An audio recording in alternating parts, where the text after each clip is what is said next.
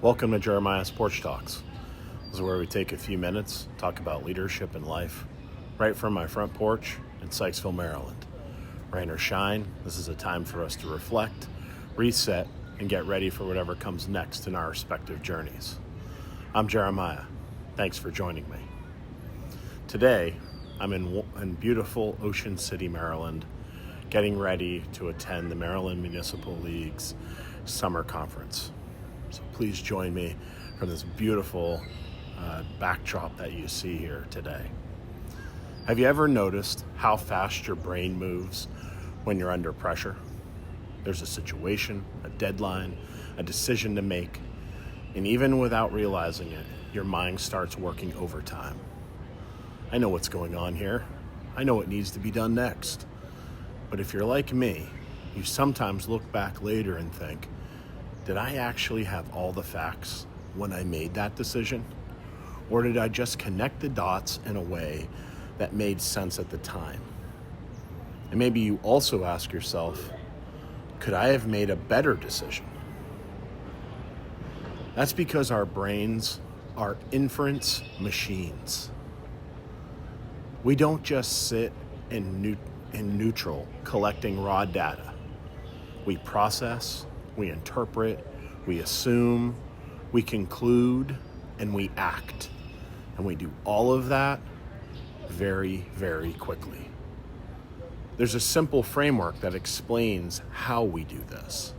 It's called the ladder of inference. And once you see it, you'll recognize it everywhere in your life.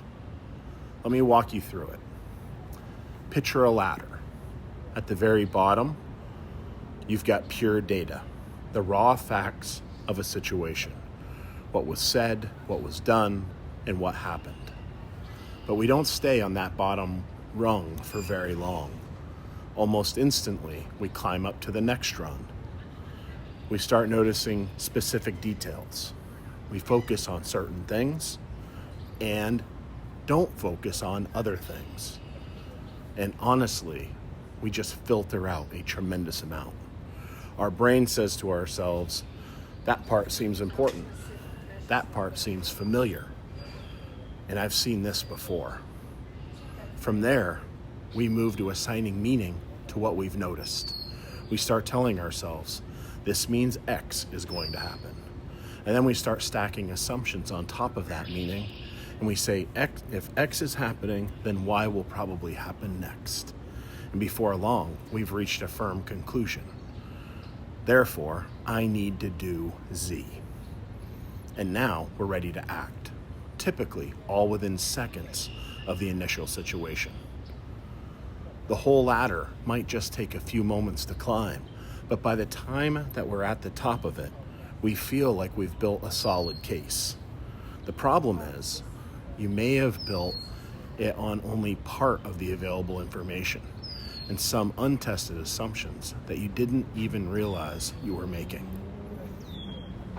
Let's make this even a bit more concrete. Imagine you're faced with a time-sensitive decision, maybe something with a lot of moving parts, conflicting priorities, and limited information. At the base of the ladder are the facts. We're behind schedule. Resources are tight. Stakeholders are watching us. And your brain quickly focuses on certain elements. Leadership wants results. We've been criticized for delays like this before, and you start assigning meaning. If we miss this, it will reflect poorly on our team. You stack on other assumptions. If I don't push this through now, people will lose confidence in me. And you conclude, I have to authorize this risky move to show that I can deliver. And finally, you act. Now, imagine that there was a better way, where just by asking yourself a few questions and conducting some self-coaching, you can slow down your thinking and you can help discover if you're actually thinking everything the way that you should be thinking about it. Before you move forward, you can learn to pause and walk back down that same ladder. The best way to do this is by doing our normal process of walking up the ladder in reverse order. You start with your action. Why am I about to make this choice and take this action? Next, you examine your conclusion. What am I missing in my overarching analysis? Next, you surface your assumptions. What am I assuming about how others will react? And are those assumptions based on fact or fear or maybe something else? Next, you revisit your meaning. Could this situation actually have multiple interpretations? Next, you return to the raw data. What do I actually know right now? What facts are certain, and where am I filling in the blanks? And are there any facts that I may have overlooked? And believe it or not, that process of walking back the decision actually doesn't take that long. But it does invite slower, more deliberate thinking. What Daniel Kahneman says is system 2 thinking to come back online. Most bad decisions aren't made because we lack intelligence. They happen because we move too quickly. We skip steps. We fill gaps with assumptions we don't even realize that we're making. When you practice walking back down the ladder, you start seeing your thinking as something you can observe, something you can examine, and something that you can improve. You start recognizing your own conscious and unconscious biases. You give yourself space to ask better questions, and better thinking always starts with better questions.